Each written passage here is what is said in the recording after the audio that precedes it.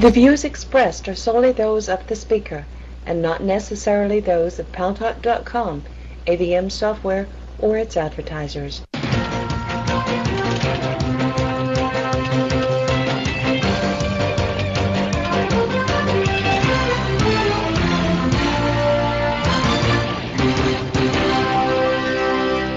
News Talk is online. News Talk Online is a production of Paltalk.com, the largest multimedia interactive program on the internet with more than 4 million unique users on demand on iTunes and on YouTube. And on my blog, GaryBaumgarten.com, where you are invited to post your comments, whether you agree with yours truly or not.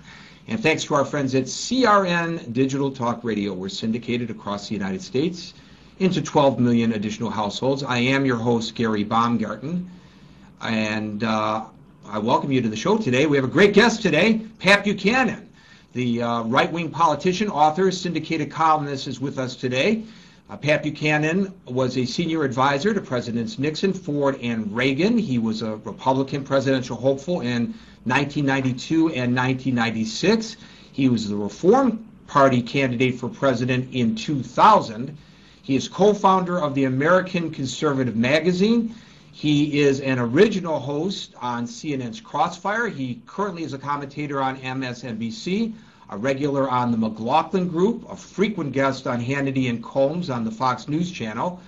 He is an author. His latest book is called Churchill, Hitler, and the Unnecessary War, in which he argues that World War II was avoidable, that had Britain not given a war guarantee for Poland and had not gone to that nation's defense, there would not have been a war, and there probably wouldn't have been a Holocaust, and probably the British Empire would not have collapsed. Because I guess Pat Buchanan believes that had Britain not declared war on Germany, Hitler would have been satisfied and not gone west. Pat Buchanan, welcome to News Talk Online on Paltalk.com. Well, thank you very much, Gary. Delighted to be here. Well, we are proud and privileged to have you as a guest. Before we get into your book, which of course I know you are anxious to talk about, as well as the current political landscape in the United States, we would be remiss if we didn't take a moment to ask you for your reflections on your colleague, Tim Russert, who sadly died suddenly last week. Oh, Tim Russert was sui generis. He was one of his own. He was a child of where he came from, Buffalo, Roman Catholic, parochial school, educated by nuns and Jesuits. And he was from a particular time and place that I guess is disappearing for an awful lot of people, at least the cultural background that produced him. And I think he was a man who was always true to his convictions and true to the people who raised him. And he always defended them and spoke up for them, and I think he was an honorable man in the sense that he was honorable to his craft, to journalism, he was honorable to his friends, and he was honorable to the community. He was very much a giving man.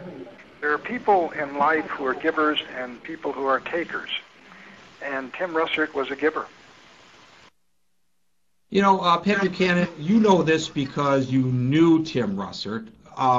It's no surprise to you or me that the media's approval rating in the United States is not as high as it used to be. There's a lot of distrust of those of us who report the news or comment on the news. And yet, what really strikes me is that there seems to be almost a national outpouring.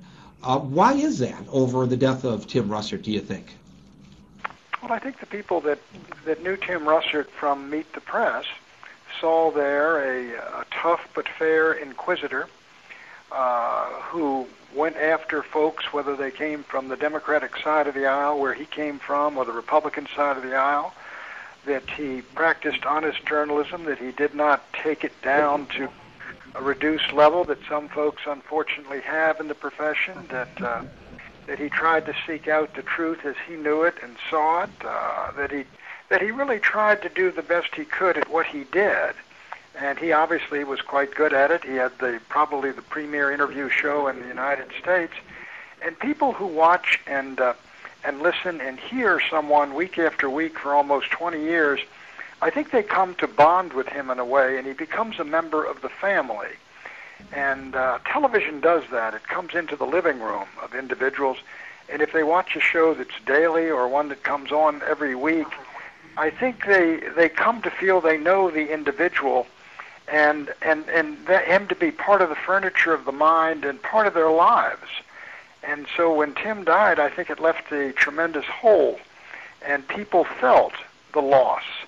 And then when, of course, I was at MSNBC and NBC, the parent company, it happened over there last Friday.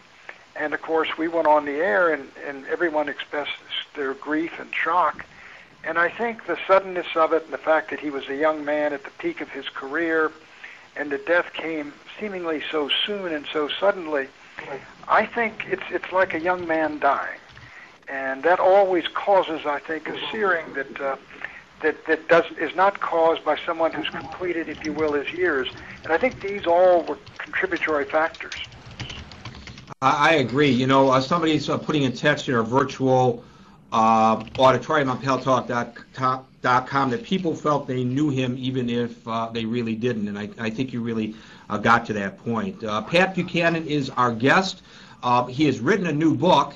And, Pat Buchanan, a few weeks ago, Barack Obama, the Democratic candidate for president, was accused by many on the right of being an appeaser because he said he's willing to talk to our enemies. And some actually compared him to Neville Chamberlain in his dealings with Hitler.